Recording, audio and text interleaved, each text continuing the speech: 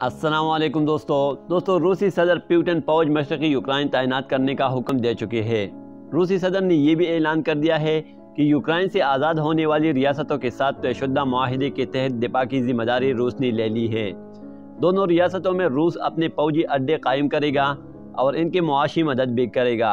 اس اقدام سے قبل صدر پیوٹن نے یوکرائن کی ڈونیسک اور لوہانسک ریاستوں کی آزادی تسلیم کرنے کے معاہدے پر دستخط کر دیے تھے، جس کی روسی پارلیمنٹ نے بھی توثیق کی تھی۔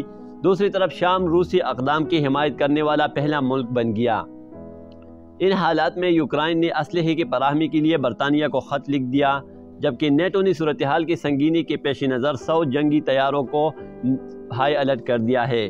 یہ وہ حالات ہیں جن کو دیکھتے ہوئے عالمی امن کو لاحق خطرات اور سنگینی کا پیمانہ جنگ عظیم کے بعد بلند ترین سطح کو چھو رہا ہے۔ حالت یہاں تک کیسے پہنچی اور اس کا ذمہ دار کون ہے؟ امریکہ اور اس کے مغربی اتحادی یا روس؟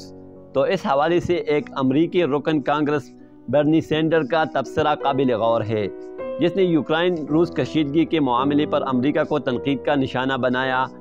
امریکہ کے ڈیموکریٹ رکن کانگریس برنی سینڈر کہتے ہیں کہ امریکہ کی جانب سے اس بات پر اصرار منافقت ہے کہ ہم زیر اثر علاقوں کا اصول تسلیم نہیں کرتے۔ سینٹ میں خطاب کرتے ہوئے انہوں نے کہا کہ 200 سال سے امریکہ یہ کہتا آ رہا ہے کہ اسے حق ہے کہ اگر ممکنہ خطرہ ہو تو وہ کسی بھی ملک کے خلاف مداخلت کر سکتا ہے۔ برنی سینڈر مزید کہتے ہیں کہ لاطینی امریکہ، وسطی امریکہ اور کیریبین علاقوں میں 1 درجن سے زائد ملکوں کی حکومتوں کا تختہ امریکہ الٹ چکا ہے۔ انہوں نے کہا ہے کہ 1962 میں امریکہ اور روس نیوکلیئر جنگ کے دہانے پر اس لیے پہنچے تھے کیونکہ کیوبا میں سوویت میزائل نصب کیے جانے کو کینیڈی حکومت نے ناقابل قبول قرار دیا تھا کہ امریکی سرحد کے 90 میل پر جارحانہ ملک کی فوج کیوں موجود ہے۔ امریکی ڈیموکریٹ رکن کانگریس نے کہا ہے کہ 2018 میں ڈونلڈ ٹرمپ انتظامیہ نے بھی منرو ڈاکٹرائن کو موجودہ دور سے ہم آہنگ قرار دیا تھا۔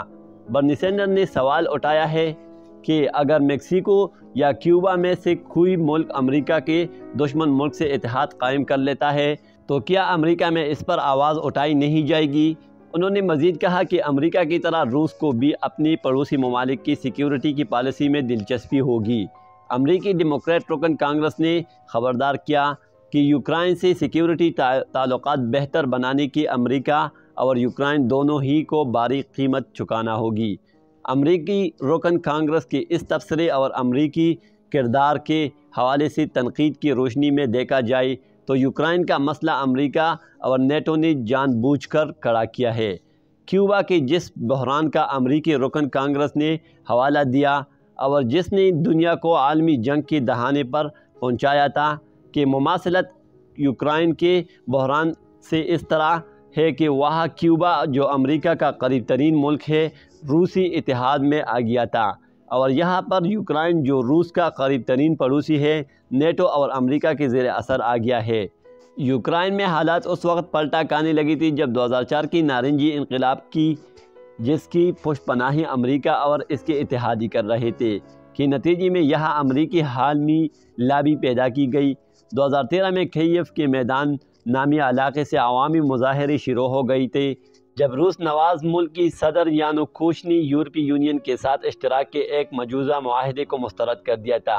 اس واقعے کے بعد روس نواز حکومت کا خاتمہ کر کے یہاں پر امریکہ اور برطانیہ کے حامیوں کو اقتدار میں لایا گیا، جس کا مقصد روس کی دہلیز پر روس دشمن ملک کی حیثیت سے یوکرائن کو امریکہ اور یورپ کا اعلیٰ کار بنایا تھا، اور وہ اس میں کامیاب بھی رہے۔